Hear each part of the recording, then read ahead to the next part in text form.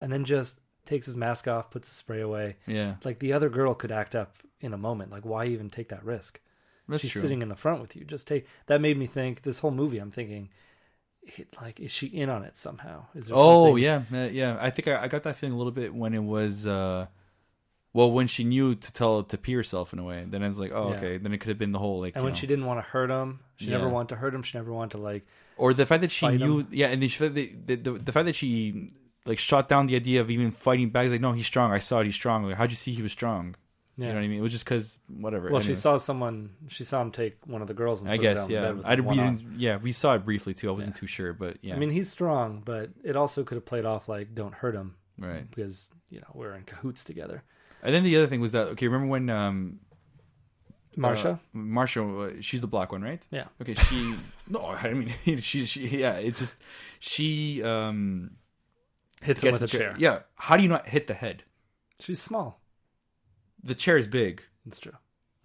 I mean, like, that's... How do you not take a knife and get him in the throat? Well, to get the knife, she couldn't find a knife, even the plate, but the plate wouldn't do as much damage. But if she had the chair, she had a blunt object, point blank, and only hits his back. Yeah. Well, it took him out for a good amount of time. It's just the fact that they don't know where they're going when they run away. They're running into a boiler room. Yeah, that was the initial problem when they first took the ventilation. It's like, well, you're going through the ventilation, but you know where you're going. Yeah. So. Yeah. So it's... You found her quickly, too. Yeah. Right in that locker. It's like, oh, well. I remember, well, that was Claire they found in the locker. That's right, yeah. Where did he find Marsha? I don't know. She just went into a room. I think she just went into a room and she was, yeah. No, Marsha he had to like walk right up to, and he kind of took the knife and put it in her belly button. Well, it was I think she was trying to hide in a room, and that's it. Yeah, and something like that. She just gave up running because she realized she didn't know where she was going. So for sure, it was a bad move. And we also have another strange move by the Dr. Fletcher. So she seems like she really cares about James McAvoy's Kevin, right? Kevin, Barry, anybody, all of them. But enough so that she would go there in the middle of the night, unprotected. And she knew where he lived? I can understand that. It was a closed down zoo. A closed down part of the zoo. Well, it wasn't closed down. It was just the zoo. It was the zoo, but that part was closed because the taxi driver said it's closed. Or maybe he was just saying that time of the night is closed. Yeah, they don't have midnight zoos. Right. He said that when they promoted him to head of maintenance or something, they let him have this downstairs area. So he had this... he had access to all the rooms down there. Right. That's where he lived. But just that she would go there at that hour, and knowing he's kind of unstable, knowing that even if she believed that other characters live inside of him, and some of them are bad characters, some of them are bad people. You or me probably would have that uneasy feeling, but she's confident enough to talk to him, and she talks to him on an ongoing basis. But she got the emails, don't forget. The emails probably told her to go there anyway. Yeah. So but you get that many emails... I was telling you, I even pointed at you. It's like there's like one per minute. Yeah. Every minute there was an email, so she had to. Yeah. That's direct attention for sure. Yeah. When Dr. Fletcher realizes something's up, I forget at what point this is. When she sees Claire in the passed out, and she says help, and she starts crying a bit, or she realizes something's up a little before that. Before she says she gets up and she's like, well, I think we should talk tomorrow. Right, yeah. Come to my office at the usual time. And she takes a little rag, stuffs it in the door. Right. I don't understand why she did that.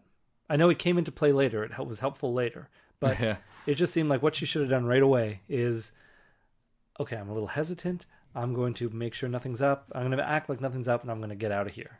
And we'll call the police. We'll do something. We'll figure it out. But instead, she stuffs this in the door. She asks to use the washroom. And then she goes and checks on, like, if she finds something down there, she's not going to be able to help them in that moment. I mean, she believes she can talk Dennis out of it. Right. But it turns out she can't. I mean, that's how it all I feel happened. like as soon as she saw the girl, it's like, first of all, she's just holding her mouth and not doing anything. And it's like, oh, say something, do something. I don't know. Like, did you not realize you fooled him that you went to the bathroom and you don't have much time and you're the only one who knows how to get out of there? Yeah. Well, now you're just trapped. You're in the same you're doomed. position as everyone else at this point. As soon as she freaked out and she saw that, it's like, okay, he has the potential of doing this. Yeah. There's no getting out of this at all. No. So I don't know what else do you want to talk about in this film? Well, okay. So I had a lot of notes. Should we just talk about the ending then, like the big twist? Let's talk about the ending at the end. Oh, okay. If there's anything you want to talk about before that. I mean, about M. Night Shyamalan's appearance, his cameo in his own film. Oh yeah, doesn't he do that in every film? Everyone? Yeah, maybe. He must. Well, in Signs he did. I'm not sure about The Happening because I only watched it halfway through. Did he do Devil as well? He produced it, I think. Okay. But he didn't direct it. Okay. Or was he in The Village? Because I didn't watch it. You said probably in The Village. There were a lot of cloaks in there. Who knows? However, they're just talking about Hooters for a bit, and they're just saying how it was a good place. It's just a good place. Defending the fact that it's big breasted women serving you and everything. It's like, but it's still a good place. It's good chicken wings. It's just okay. And or the fact that very same scene, she was deducting the fact that that's not Barry, that's Dennis, because he decides to step over the trash as an act. Yeah, that was interesting too. She really it tells us she really understands everything about him. Right. Just not that he was as dangerous as he ended up being. And I find it weird is what is she trying to do? The thing is, I think I may have explained it before, maybe, but just what does she have a hard time convincing the rest of the community about her theories? Oh, just that these people aren't crazy. Because everyone's just like, this is a mental disorder, these people are crazy. It's like, no, there's actually 23 people living inside of him. Right. And they all have fully fleshed out lives. Right. One of them has diabetes. And that's the part that people were like, wow, come on. You're dealing with mental instability. Yeah. And the evidence was a dog, how the dog interacted differently with the same person. The same person. Yeah. Well, that is. It's definitely that. Don't use that as an example. Yeah, that's not good evidence at all. Don't lead with that. Maybe I don't know. Make it the first argument, but not make it the final. I think the final argument's probably that'd be the worst. Look at this dog. Lead with the person who's writing with two different hands, two different sets of thoughts. But she did say it. She did say it on Skype. Yeah. So it's I'm just trying to understand what was she trying to convince? Is that but is she saying they're more dangerous? Or they're more special, or they're more just that they shouldn't be treated as a mental disorder. It should be they want more money for funding to really figure out this is where all the research should be going, to unlocking the brain, unlocking the powers of the mind. And that's what Barry was saying, Dennis was saying as Barry when he was visiting her more as of late. Yeah. And just saying okay, who's gonna take care of us when you're retired, by the way, and it's we have someone from Baltimore coming in. So it didn't expand further on that, but yeah, I guess Kevin was an ongoing study, basically. Yeah, the most important study. Probably he seemed, but okay. There's a few things before he turned in to this beast. Yeah, he goes out, he buys flowers, and then he puts the flowers down right in front of the subway car. Gets in an old abandoned subway car or something? No, it's the end of the shift and they close it down and he goes into the train. And then he just became the beast in the train, right? And then ran back. I'm surprised he didn't remove his pants. Yeah. So what was the purpose of this? Was he somebody else when he was buying the flowers? Why was he buying the flowers? No, it could have been Dennis buying flowers for Patricia. Because I feel like the way I would imagine, the way I imagine this, it's what we see, but I'm trying to get into Kevin's head here, and it's I feel like maybe at this point, Dennis and Patricia are walking together, seeing this together because they support the beast. They're the ones who are in charge to be in the light. Maybe even Hedwig is there too. And, they have this there and they lay down the flowers, make it some sort of ritual, make it some sort of some sort of cinematic aesthetic. And that's where the beast is born, coming in the train. And I forgot, there's more of a meaning for this train than we thought. Was there? Or was there no emphasis at all before we saw this? I don't think so. You may be thinking about the movie we just covered, The Bye-Bye Man, where the train... If it led to that, would that make more sense? No. No. Too many trains. And I love trains. Yeah. This was a subway, actually. It's not even a train.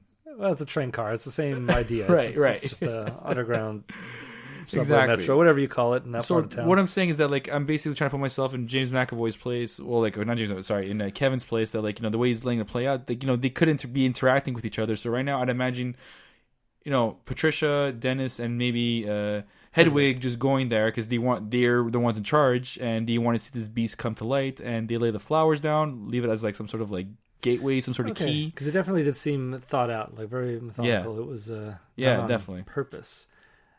Like it's opening the floodgates, like Yeah. open sesame, and this is it. This is it. Yeah, because it really just seemed more. It seems strange to me that he would have to be so far from home to become the Beast. Just stay at home and wait to become the Beast. Yeah, he wanted to run. Yeah, I guess get all that aggression out. We're getting close to the end. What?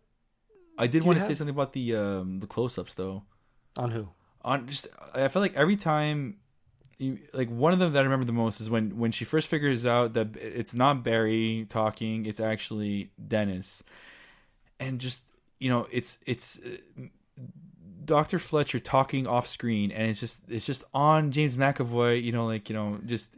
His eyes welling up. Eyes welling up, and it's just like he's like keeping a straight face. He's like, his behavior, and with most of the characters, you have this close up, except for Patricia. From what I noticed, you always have a medium shot for Patricia. They don't want to emphasize too much on Patricia because obviously, maybe to avoid the discussions that came up with the article as I mentioned before. But it was just so interesting how just the way he just sculpted those shots. It's like you want to be in Kevin's head.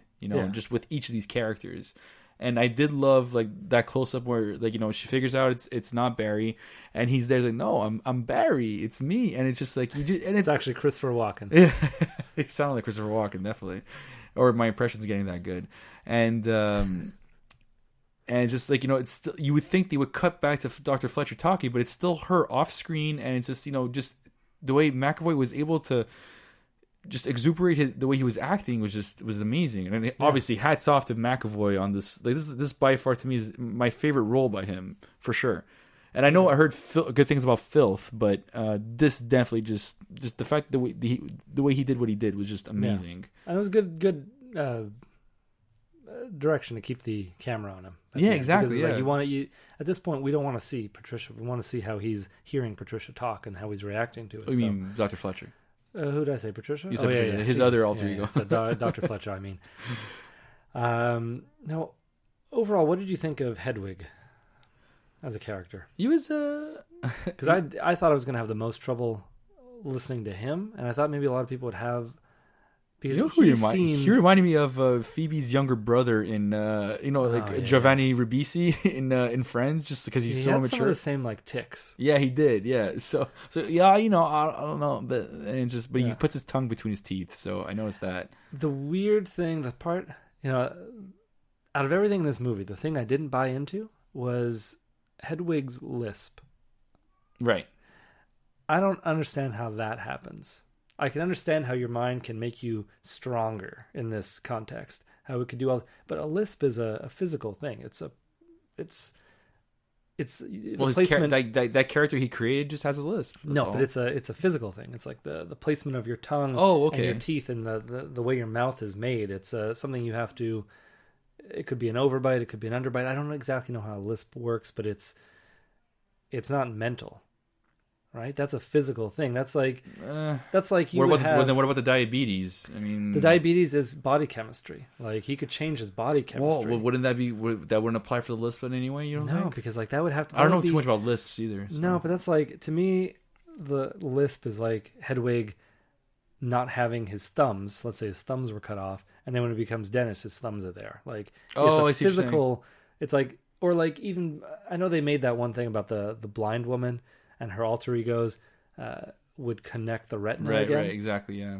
And I don't understand a lot about eyes, but I guess you can detach your retinas. That's something that can happen. I don't know if you can, force your body to do that. But I would not even try. No. Yeah, but I don't know.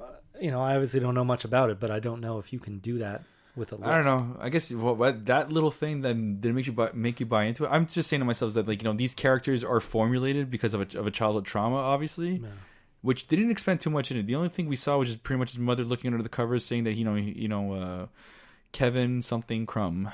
Yeah. Damn, I put my phone away. So, you're in deep trouble, and it's his childhood trauma just created these characters and they became real people. So. It's a speech impediment, this lisp, right? But I feel like I don't know. At that point, could he just, in his brain's like, well, this person has a speech impediment. Yeah, and it could be just as a child. Yeah, a lot of kids do talk like that, and they learn how to get past it. So maybe he just hasn't learned how to do that. Pretty much. That's what I think so too. There was something else I was going to say about Hedwig. Hedwig. How